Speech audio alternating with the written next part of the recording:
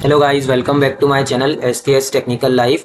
And इस video में अब हम कवर करने वाले हैं हमारे जो टाइप्स ऑफ एक्टिवेटर्स हैं वो अब हम यहाँ इस वीडियो में कवर करेंगे। इससे पहले हमने एक्टिवेटर, उसके एग्जांपल्स एंड जो डिफरेंट डिफरेंट एक्टिवेटर्स होते हैं वो हमने देख लिए हैं। एंड अब हम टाइप्स ऑफ एक्टिवेटर देखेंगे। तो देखो, हमारे जो है सबसे पहला टाइप है क्या, हाइड्रोलिक एक्टिवेटर।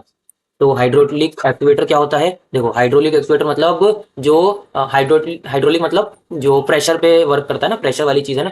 एंड एक्टिवेटर मतलब एक्ट करना, तो प्रेशर की हेल्प से जो एक्ट करते हैं ना, मतलब जो भी फंक्शनलिटी होती है वो प्रेशर की हेल्प से होती है। तो that's called the hydraulic activator. थोड़ा सा पढ़ के देखते हैं। Hydraulic activators liquid pressure and oil और फ्लूइड की हेल्प से मूवमेंट प्रोवाइड करवाता है। बस यही वाली चीजें जो एक्टिवेटर्स है, बस उसमें थोड़ा सा हमको क्या, यहाँ पे हाइड्रोलिक मतलब लिक्विड प्रेशर जो होता है, तो उसकी हेल्प से जो एक्शन परफॉर्म होते हैं वो होते हैं हमारे हाइड्रोलिक एक्टिवेटर। ठीक है। जैसे ट्रैक्टर वगैरह, ब्रेक वगैरह, आजकल जो ब्रेक आते हैं वो भी काय के हेल्प से बनते हैं अपने, मतलब जो लगते हैं वो लिक्विड की हेल्प से लगते हैं ना, फ्लूइड की हेल्प से लगते हैं, तो हमारे वो हाइड्रोलिक ब्रेक होते हैं एक तरीके से।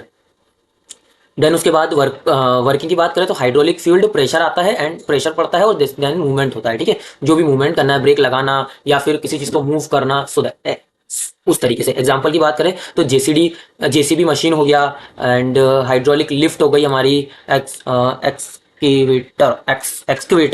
ठीक है ना। देन उसके बाद एडवांटेजेस की बात करें तो देखो, वेरी हाई फोर्स होता है इसमें एंड हैवी लोड हैंडलिंग होती है, मतलब हैवी से हैवी लोड क्या कर लेता है, ये हैंडल कर लेते हैं। इसीलिए तो जो जीसीपी वगैरह होती है, ट्रैक्टर वगैरह होते हैं, इसमें हाइड्रोलिक एक्ट्यूएटर्स का ज्यादा यूज किया जाता है ना, मतलब कोई मतलब हैवी काम परफॉर्म करने के लिए, मतलब हाइड्रोलिक सिस्टम को ज्यादा यूज किया जाता है उसके अंदर।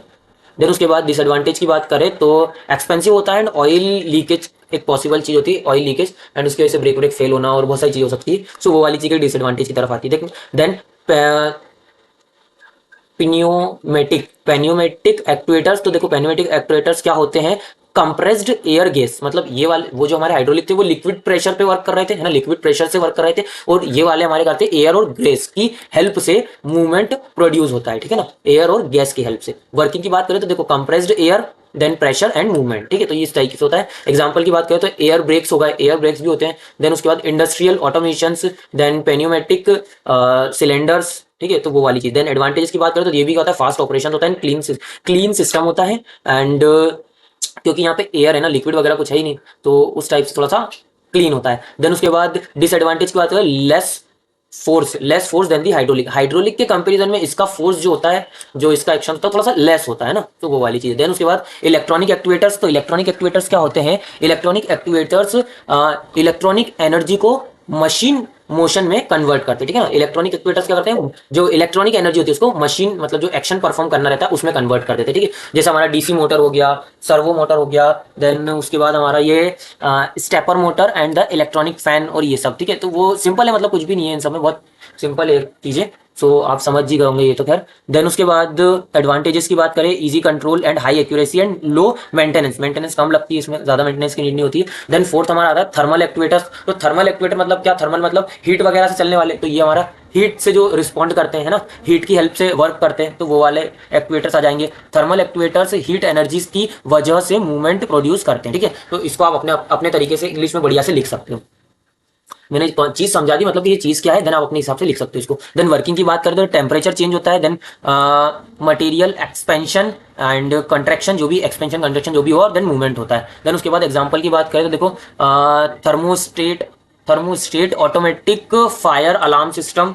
ठीक है, तो ये सब किस पे वर्क करते हैं, हमारे थर्मल एक्ट्यूएटर्स के अंदर आते हैं। देन फिफ्थ हमारे मैग्नेटिक एक्ट्यूएटर्स की बात करें तो क्या, मैग्नेटिक फील्ड से चलने वाले, है कि नहीं, मैग्नेटिक फील्ड की हेल्प से जो मूवमेंट जनरेट होता है उस वही क्या होते हैं, हमारे एक्ट्यूएटर्स होते हैं, मैग्नेटिक एक्ट्यूएटर्स होते हैं।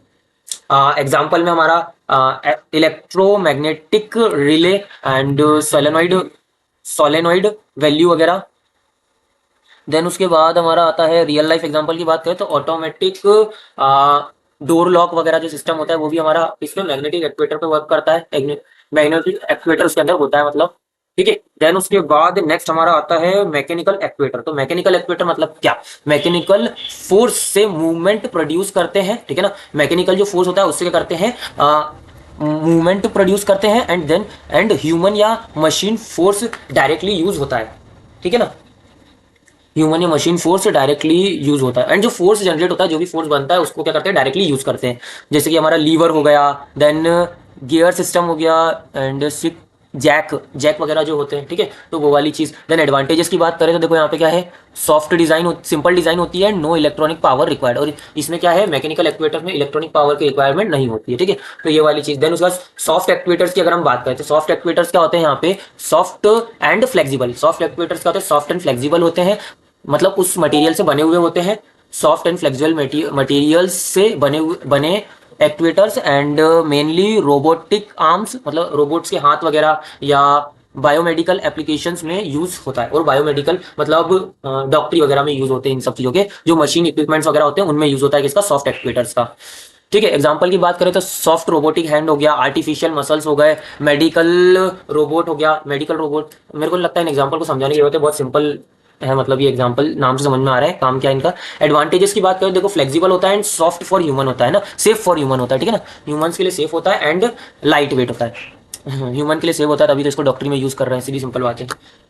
देन उसके बाद डिसएडवांटेजेस की बात करें तो देखो, detect changes, detects this sorry disadvantage नहीं है, डिफरेंस है, difference between sensors and actuator, मतलब जो हमारे सेंसर्स हैं और एक्चुएटर्स में क्या डिफरेंस है, तो जो सेंसर्स हैं वो क्या करते हैं, चेंज को डिटेक्ट करते हैं, और जो हमारा एक्चुएटर्स है वो क्या करते हैं, परफॉर्म करते हैं एक्शन को। देन उसके बाद सेंसर इनपुट डिवाइस, मतलब डेटा लेने का काम करते हैं, एंड ये हमारे आउटपुट डिवाइस होते हैं, क्योंकि ये टास्क परफॉर्म करते हैं particular. Then collection of data, and then यहाँ पे प्रोड्यूस मूवमेंट, ये इनपुट डिवाइस, आउटपुट डिवाइस, ये collection data, and then produce movement. And example की बात करें तो टेम्परेचर सेंसर, यहाँ पे जैसे कि मोटर हो गया, ठीक है। तो ये था हमारा पूरा का पूरा यूनिट 2, ठीक है, और इसमें हमने एक्चुएटर्स भी अब कंप्लीट कर लिया, उसके टाइप्स वगैरह सब कंप्लीट कर लिए हैं, sensors and all the things हमने कंप्लीट कर लिए यूनिट 2 की।